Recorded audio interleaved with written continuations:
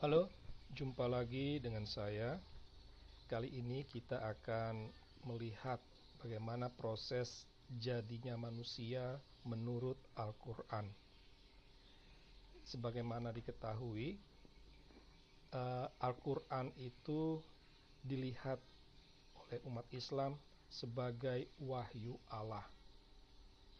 Jadi apa yang tertulis dalam Al-Quran itu merupakan kata-kata Allah sendiri. Nah, tentang Al-Quran itu sebagai wahyu Allah itu dapat ditemukan misalnya dalam surah An-Nisa ayat 105, surah Al-Maidah ayat 58, dan masih banyak surah-surah yang lainnya yang mau menyatakan bahwa Al-Quran merupakan wahyu Allah. Karena Allah itu adalah maha benar, maka sudah dipastikan Al-Quran itu merupakan kitab kebenaran yang meyakinkan. Apa yang tertulis dalam Al-Quran itu pasti benar. Ya. Nah, ini ada dalam surah Al-Haqqah ayat 51. Al-Quran juga dilihat sebagai keterangan yang jelas, petunjuk dan pelajaran bagi umat Islam. Dalam surah Al-Imran ayat 138. Selain itu juga Al-Quran dilihat sebagai penjelasan yang sempurna. Ada dalam surah Ibrahim ayat 52. Sebagai keterangan yang jelas, membuat penjelasan yang diberikan Allah itu menjadi sempurna. Hal ini membuat tak sedikit umat Islam yakin bahwa Al-Quran itu kitab yang sempurna. Namun, kalau ditanya di mana letak kesempurnaan Al-Quran, dapat dipastikan mereka tak bisa menjelaskannya. Karena kalau dikatakan sempurna, berarti tidak ada satu celah, satu titik pun kelemahan ataupun kekurangan. Jadi segala-galanya sudah ada di dalam Al-Quran. Kita dapat mengambil satu contoh saja untuk menguji benarkah Al-Quran itu kitab yang sempurna. Misalnya soal kewajiban umat Islam untuk sholat. Ya, kita tahu dalam agama Islam salah satu kewajibannya itu adalah sholat 5 waktu. Pertanyaannya, adakah dalam Al-Quran tertulis sholat 5 waktu? Jelas tidak ada. Dalam Al-Quran Allah hanya berfirman, dirikanlah sholat, laksanakanlah sholat. Tidak ada perkataan dari Allah sholat 5 waktu. Sholat 5 waktu, ya, 5 waktu itu ada dalam hadis. Ya. Jadi artinya Al-Quran belum lengkap. Al-Quran tidak sempurna terkait dengan sholat tadi. Dia harus disempurnakan oleh hadis. Ini sudah kita meragukan kesempurnaan Al-Quran itu sendiri. Tetapi kita tidak akan membahas soal itu. Pembahasan kita adalah soal proses terjadinya manusia menurut Al-Quran. Nah, terkait dengan fakta Al-Quran ini, bila dikaitkan dengan proses jadinya manusia itu, maka haruslah dikatakan bahwa ayat-ayat yang berbicara tentang proses jadinya manusia itu berasal dari Allah. Allah sendiri yang mengatakan demikian, dan itu jelas dan benar. Nah, sekarang kita akan melihat ayat-ayat Al-Quran yang berisi tentang penjelasan atau keterangan bagaimana manusia itu terjadi. Apa yang tertulis dalam ayat-ayat ini bukan dalam konteks untuk menjelaskan terjadinya Adam dan Hawa, sama sekali bukan. Ayat-ayat tersebut jelas mau menunjukkan tentang manusia. Kita inilah, bukan Adam dan Hawa. Jadi Itu harus pertama harus dipegang prinsip pemahaman ini, ya. Jadi jangan melihat bahwa ayat-ayat itu berbicara tentang Adam dan Hawa, sama sekali di luar konteksnya. Dia berbicara tentang manusia. Nah, sebagaimana diketahui, Al-Quran itu terbagi dalam dua kelompok besar, yaitu kelompok surah Makkiyah dan kelompok surah Madaniyah. Nah, dalam surah Makkiyah, ya, ayat-ayat tentang terjadinya proses manusia itu seperti inilah, ya. Jadi mulai dari surah ke-6 ayat 2 sampai surah ke-96 ayat 2. Total semuanya ada 14 surah dengan 21 ayat. Nah, bagaimana dengan surah Madaniyah? Dalam surah Madaniyah, ayat-ayat tentang proses jadinya manusia itu hanya 3 surah dan 3 ayat. Nah, itu kita tidak mau membahas soal perbedaan.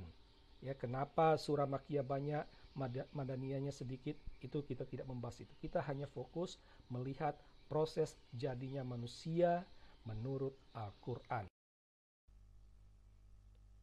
Baik, terhadap ayat-ayat tentang proses jadinya manusia, kita akan memberikan beberapa catatan. Sekarang kita akan melihat catatan yang pertama. Prinsipnya adalah Al-Quran itu adalah keterangan yang jelas, pelajaran bagi umat Islam.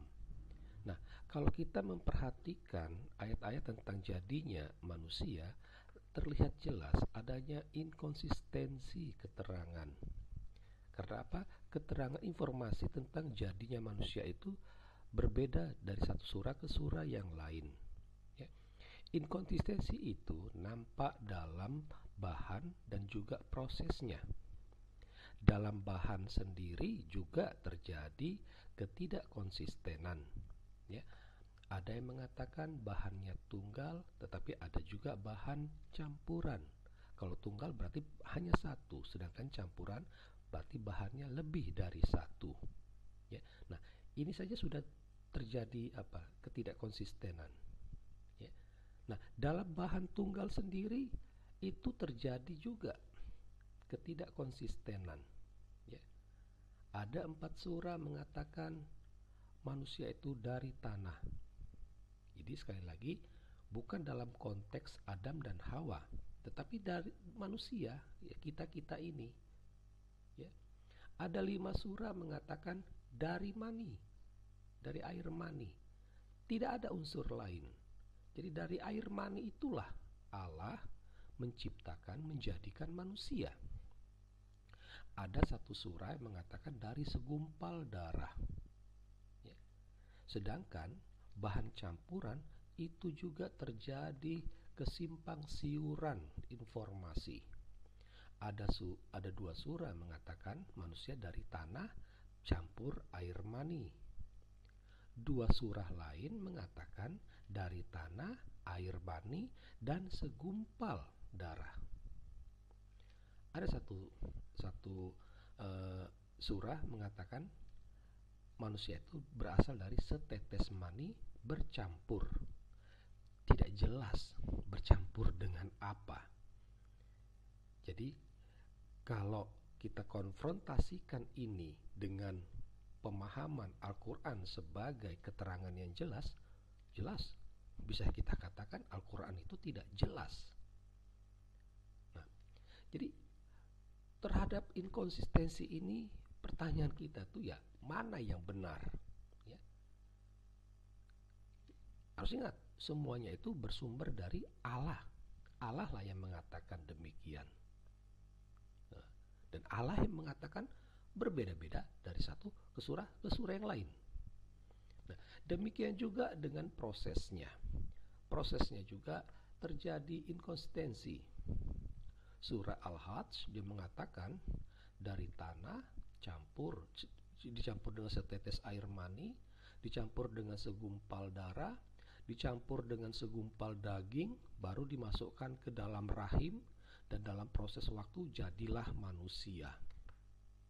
Sedangkan dalam surah Al-Mu'minun katakan manusia itu dari saripati tanah dicampur dengan air mani baru dimasukkan ke dalam rahim. Nah, beda antara saripati tanah dengan tanah ya. Nah, ini soal unsur-unsurnya saja sudah berbeda. Belum lagi ada perbedaan antara tanah dengan saripati. Kalau Allah itu konsisten, kalau Allah itu jelas, maka dari awal sampai akhir itulah yang akan dia gunakan. Ya. Sedangkan dalam surah Al-Mu'min dikatakan tanah dicampur dengan setetes mani, lalu segumpal darah dimasukkan ke dalam rahim, dan dalam proses waktu jadilah manusia. Sedangkan dalam surah Al-Qiyamah setetes mani melekat pada rahim, gitu. Tidak ada campuran. Ini juga tidak jelas mana yang benar. Ya. Semuanya bersumber dari Allah. Kenapa Allah yang maha tahu, maha teliti, maha jelas memberi informasi yang tidak jelas? Inilah catatan pertama atas ayat-ayat yang menjelaskan tentang kejadiannya manusia.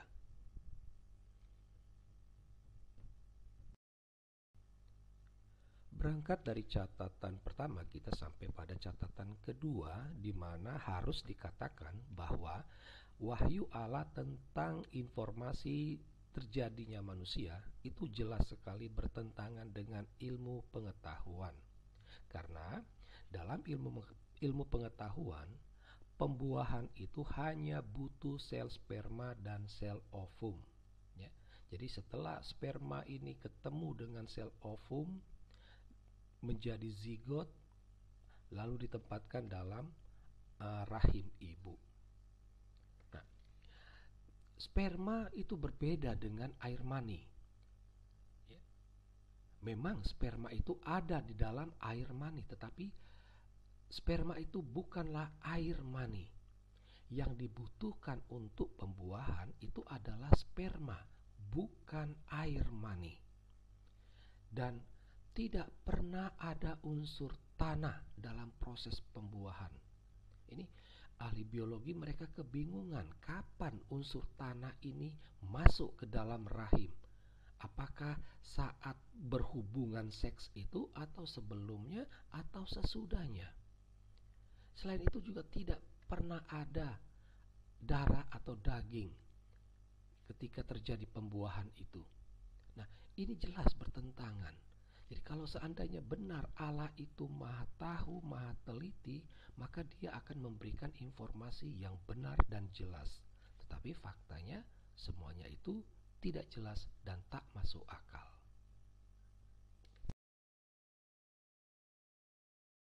Sekarang kita sampai pada kesimpulan logis, ya.